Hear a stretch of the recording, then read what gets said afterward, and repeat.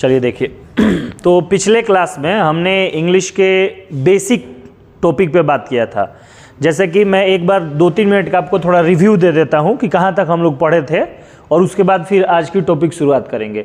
जैसे कि पहली चीज़ ही हमने पढ़ी थी कि जैसे ही हम बेटा अंग्रेजी शुरू करते हैं तो हम उसको कहाँ से कहाँ तक देखते हैं, ए से लेके जेड तक, यही पहली चीज़ पढ़ते हैं। और इस ए से लेके जेड तक को हम लोग अंग्रेजी ग्रामर में क्या कहते हैं, अल्फ़ाबेट कहते हैं।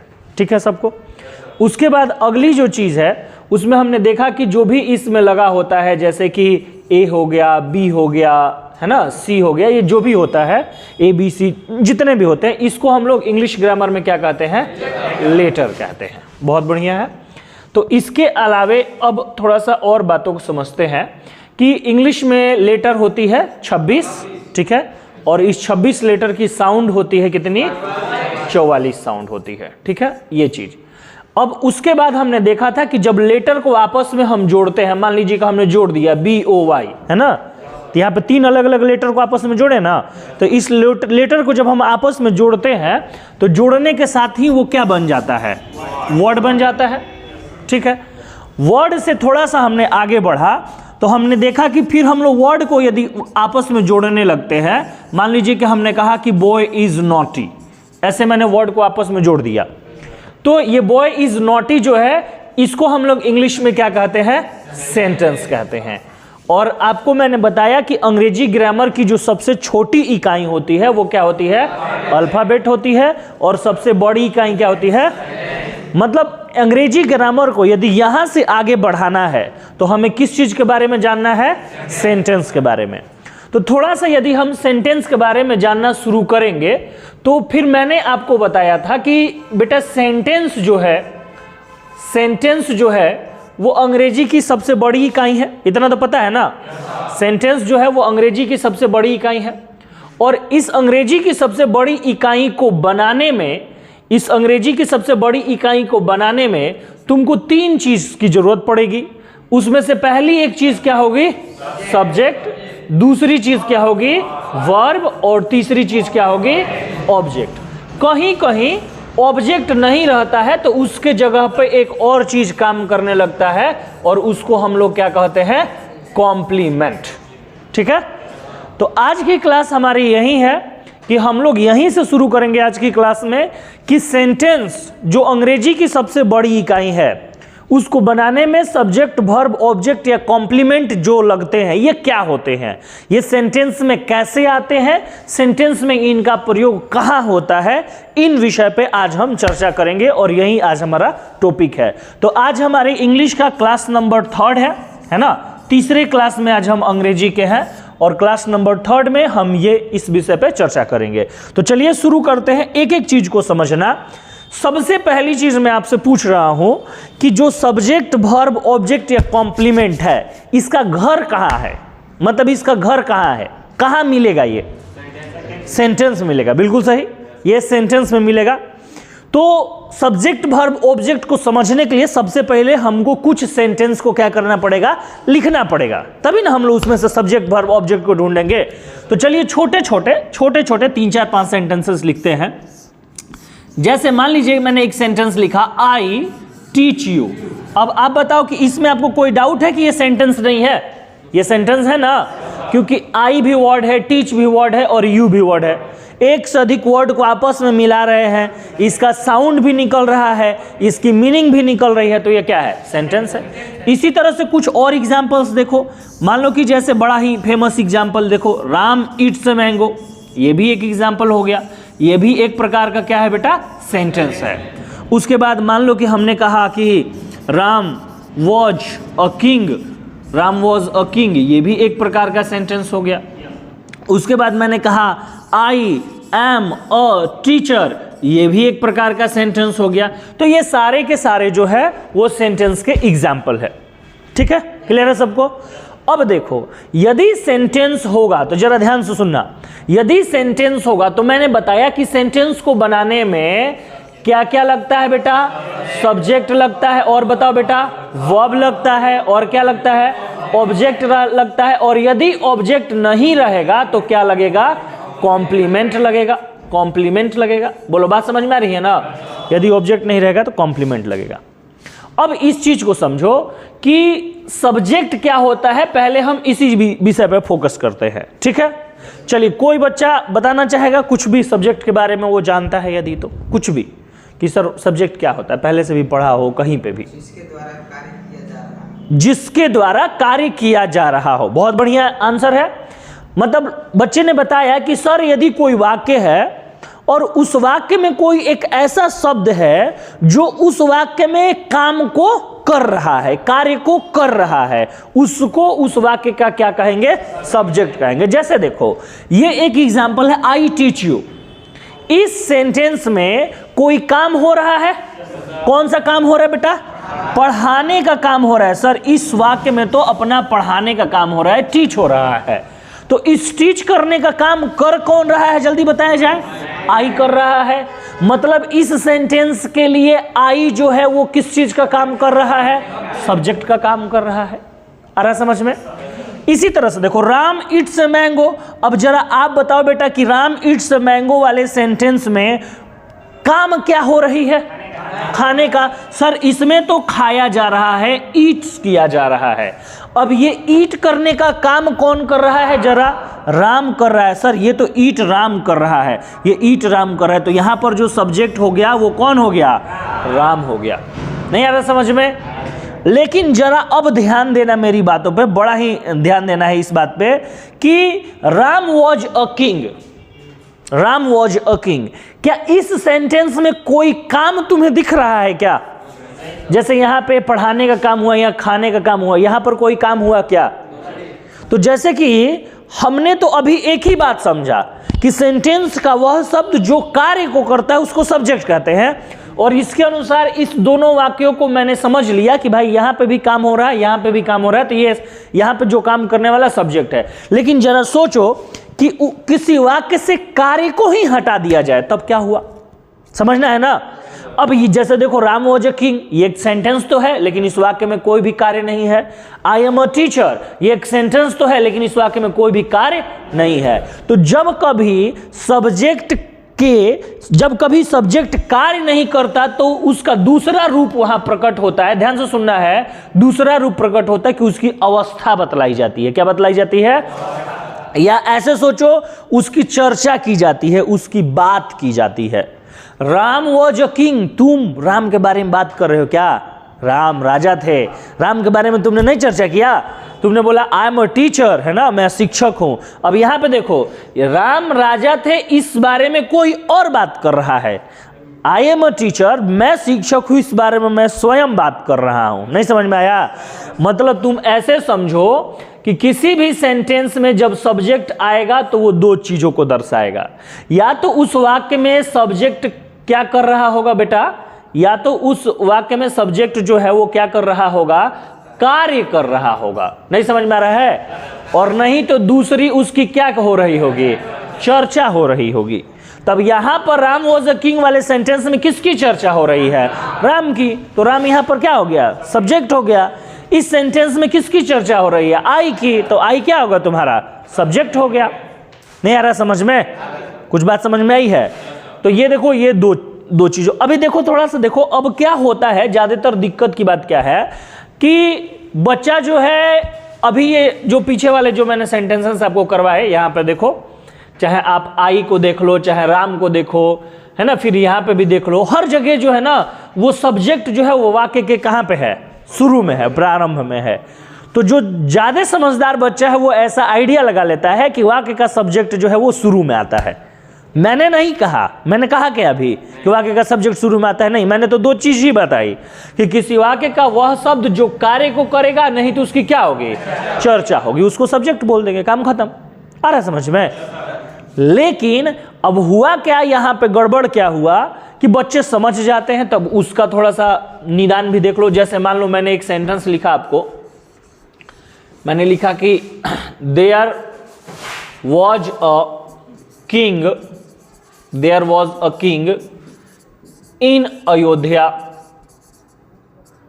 इन Ayodhya, there was a king in Ayodhya. ये देखो तुमको रख दिया हमने एक सेंटेंस। आ रहा समझ में? अब मैं तुमसे पूछता हूं, बताओ कि इसमें सब्जेक्ट क्या है। देखो कुछ बच्चे ने कहा, कुछ बच्चे ने तुरंत बोला कि सर इस वाले वाक्य में बेटा सब्जेक्ट अपना क्या है, इस वाले वाक्य में सब्जेक्ट क्या है, देयर। कुछ लोगों ने कहा, क्योंकि उन्होंने सोच लिया कि बाकी जो यहाँ पे पीछे आपने जितना सेंटेंस अभी देखा है, ये जो अभी आपने यहाँ पे सेंटेंस देखा, इस सेंटेंस में जो सब्जेक्ट है वो वाक्य के कहाँ पे है, पहले है, शुरू में है। तो लड़का ने समझ लिया क्या कि सर यहाँ पे तो सेंटेंस का जो सब्जेक्ट है वो कहाँ होना चाहिए, शुरू में होना चाहिए। मैंने ऐसा नहीं कहा था, नहीं कहा था। मैंने कहा कि या तो वो कार्य करेगा, नहीं तो उसकी चर्चा होगी। अब जरा सुनो, देखो इसमें पहले कि इसमें कोई कार्य है, कोई कार्य है नहीं, क्या हो रही है, चर्चा हो रही है, किसी के बारे में बात हो रही है। सोचो किसके बारे में बात हो रही है, हाँ, राजा के बारे में चर्चा हो रही है। समझ गया बेटा, राजा के बारे में चर्चा हो रही है। तो यहां पर जो अपना सब्जेक्ट होगा वो कौन हो जाएगा, किंग हो जाएगा। क्या ये वाक्य के प्रारंभ में है, शुरू में है, नहीं है, लेकिन ये इस वाक्य का क्या है, सब्जेक्ट है। आ रहा समझ में। तो तुमने अभी ये भी सीखा कि सर वाक्य का जो सब्जेक्ट है जरूरी नहीं है कि वो प्रारंभ में हो। हाँ, ऐसा कह सकते हो कि प्रायः प्रारंभ में रहता है, लेकिन जरूरी नहीं है कि वो प्रारंभ में हो। बोलो, बात समझ में आ रही है। तो इससे थोड़ा सा आगे हमने बढ़ा तो समझ लिया कि वाक्य का सब्जेक्ट कहीं और भी आ सकता है। बस आप उसके गुण को देखो, या तो वो कार्य करेगा, नहीं तो इससे भी नहीं समझ में आ रहा है तो कोई भी यदि सेंटेंस लिखा है तो उस सेंटेंस से तुम पूछ लो, एक बार उस सेंटेंस से पूछ लो। क्या पूछोगे, कौन, क्या पूछोगे, और जो भी उस वाक्य में शब्द कौन का जवाब देगा, हु का जवाब देगा, उसे उस वाक्य का सब्जेक्ट मान लेना। तुम बताओ, आई टीच यू, कौन पढ़ाता है, मैं, तो मैं क्या हो गया, मैं हो गया सब्जेक्ट, होगा ना।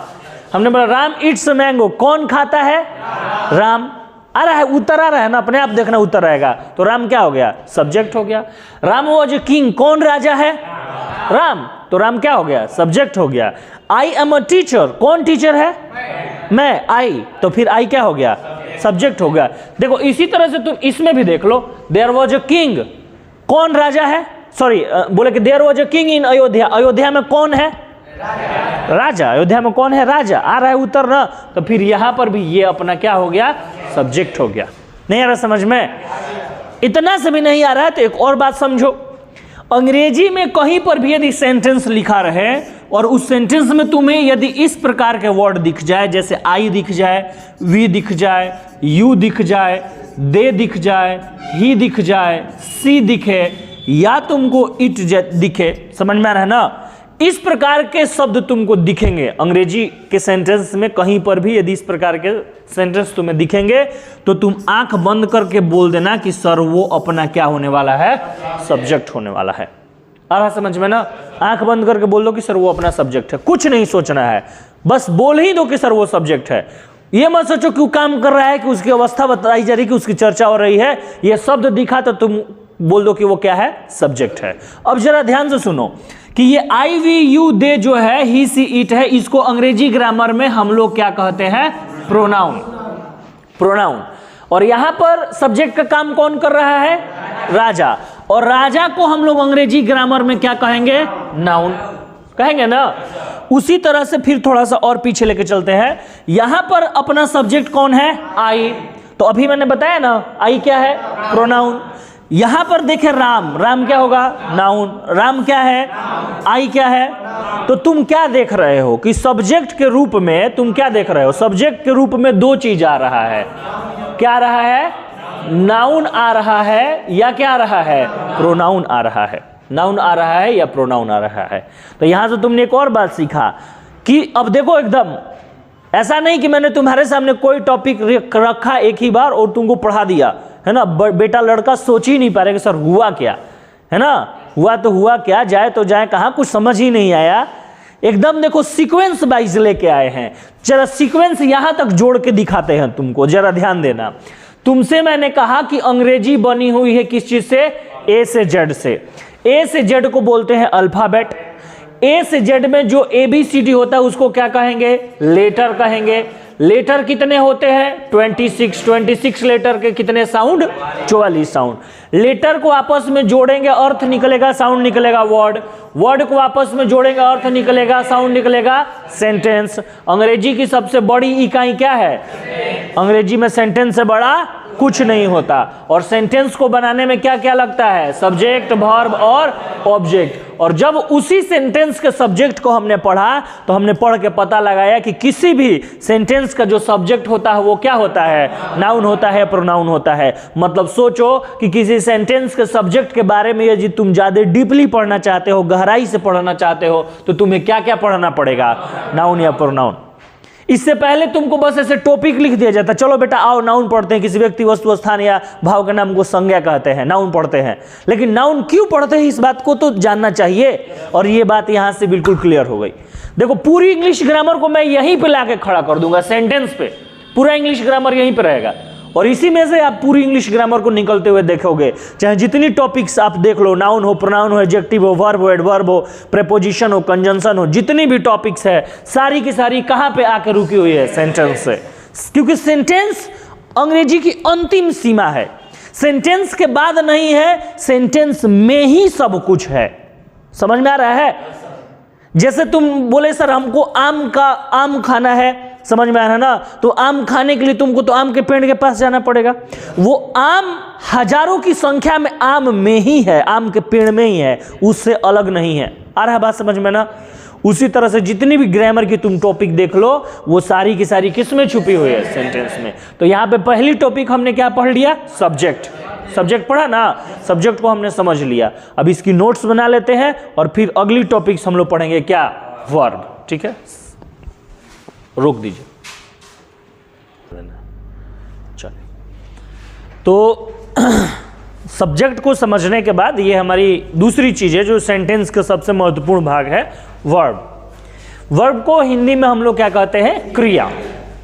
देखिए क्रिया का यदि आप शाब्दिक अर्थ कीजिएगा तो वर्ब जो है उसका डेफिनेशन समझना उतना मुश्किल नहीं है।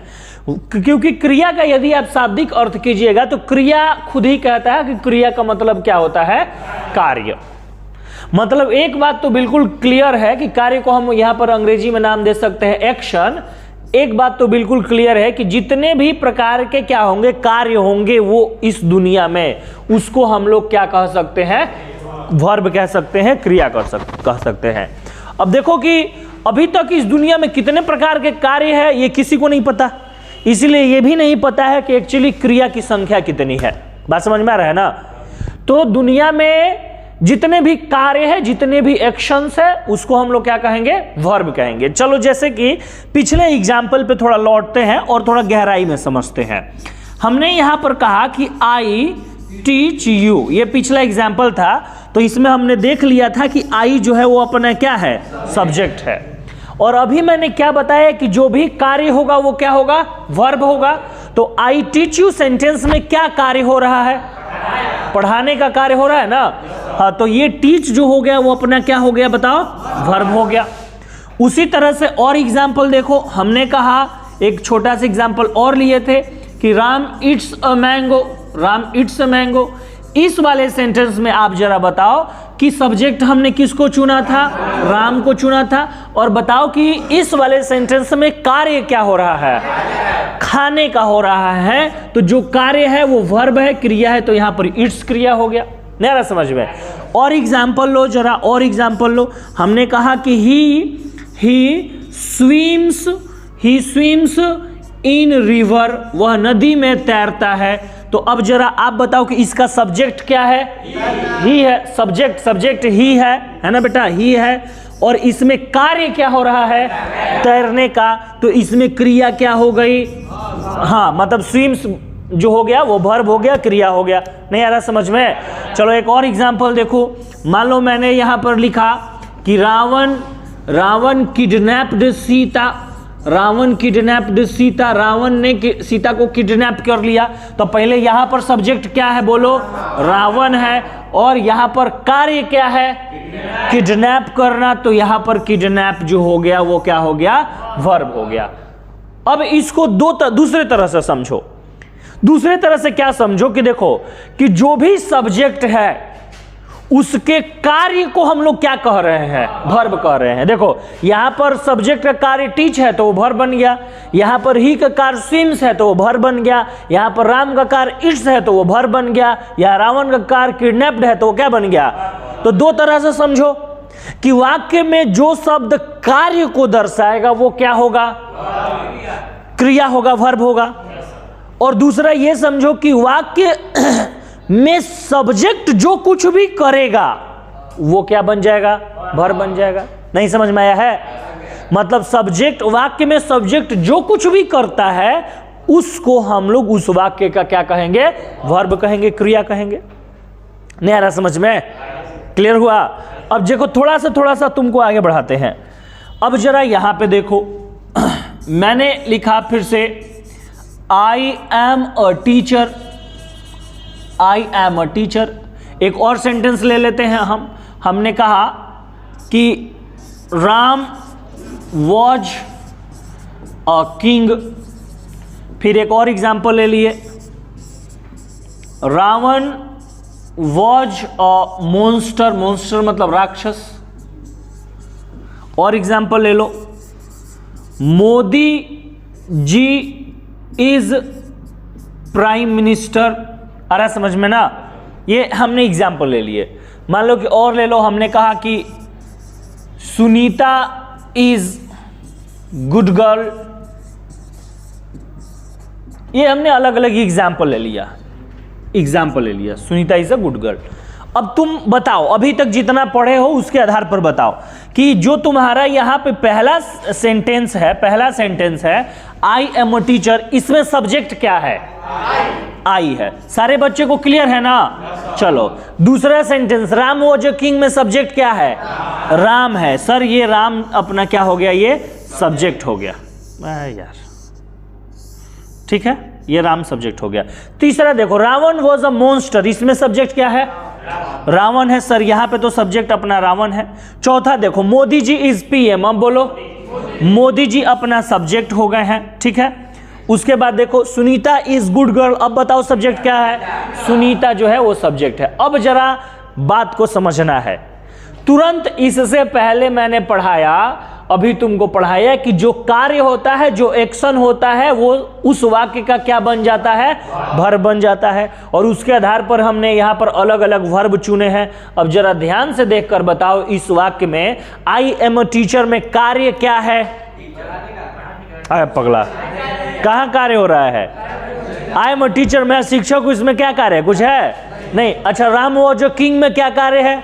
कुछ नहीं है। रावण वॉज अ मॉन्स्टर में कोई कार्य है? मोदी जी प्रधानमंत्री है, इसमें क्या कार्य है? और सुनीता अच्छी लड़की है, इसमें कौन सा कार्य है? बोलो भाई। तो अब तो देखो हुआ ना तमाशा यार, कि सर यहां पर तो हमने यही देखा था कि वर्ब वही होता है जो किसी वाक्य में किस चीज को दर्शाता है? कार्य को दर्शाता है। नहीं आ रहा समझ में? वर्ब वही होता है जो किसी वाक्य में कार्य को दर्शाता है।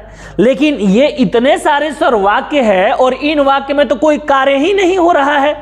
बोलो। तो इस वाक्य में कोई कार्य ही नहीं हो रहा, तो क्या ये वर्ब है? इसमें वर्ब है या नहीं है? यही तो सबसे बड़ी समस्या है। तो इसमें क्या वर्ब नहीं है? नहीं, वर्ब है। तुम बताओ कि यदि तुम गाय दूहते हो और बाल्टी में दूध लेके आते हो, तो क्या उस दूध में तुमको दही दिखता है? लेकिन बताओ कि दूध से दही बनता है कि नहीं? उस दूध में घी दिखता है तुम्हें? नहीं। क्या उस दूध में रसगुल्ला दिखता है? नहीं दिखता है, लेकिन है।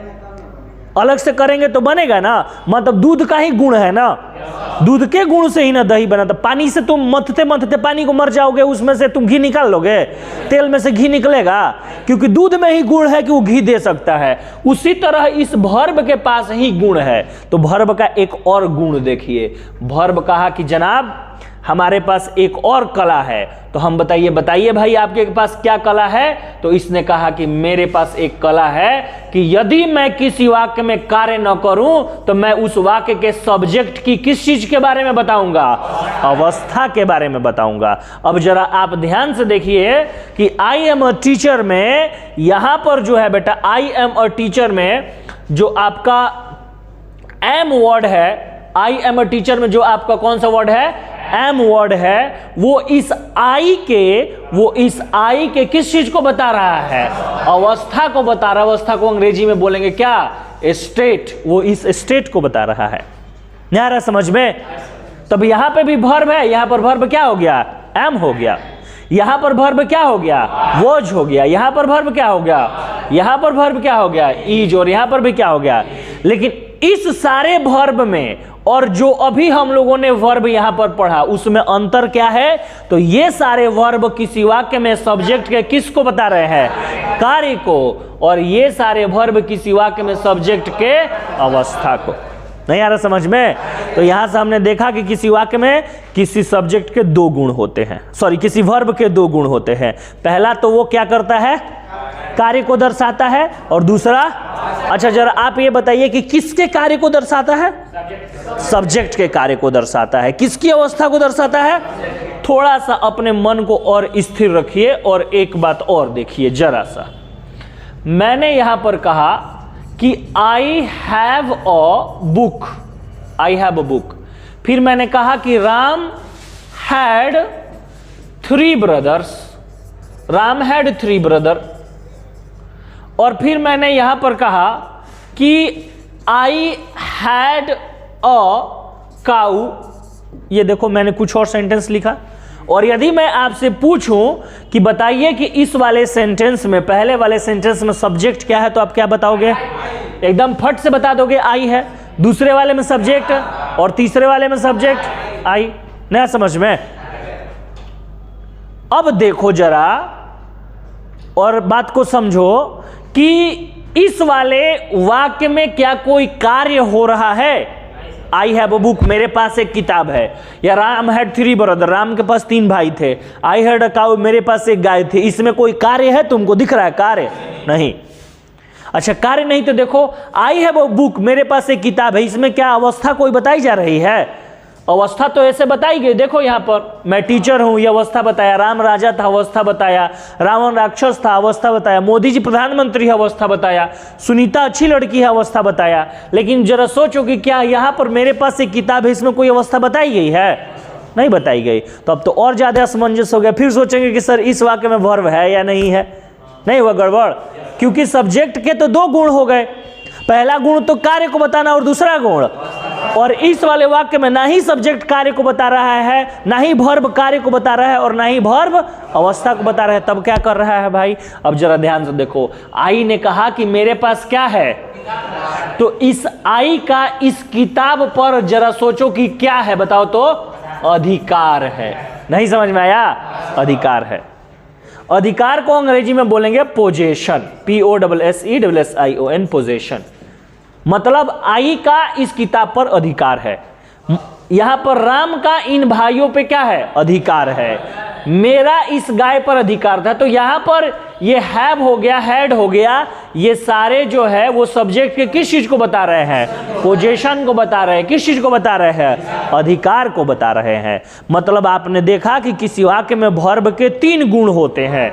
ध्यान से, हाँ बहुत बढ़िया। किसी वाक्य में वर्ब के 3 गुण होते हैं। पहला, या तो वो सब्जेक्ट का क्या बताएगा? कार्य।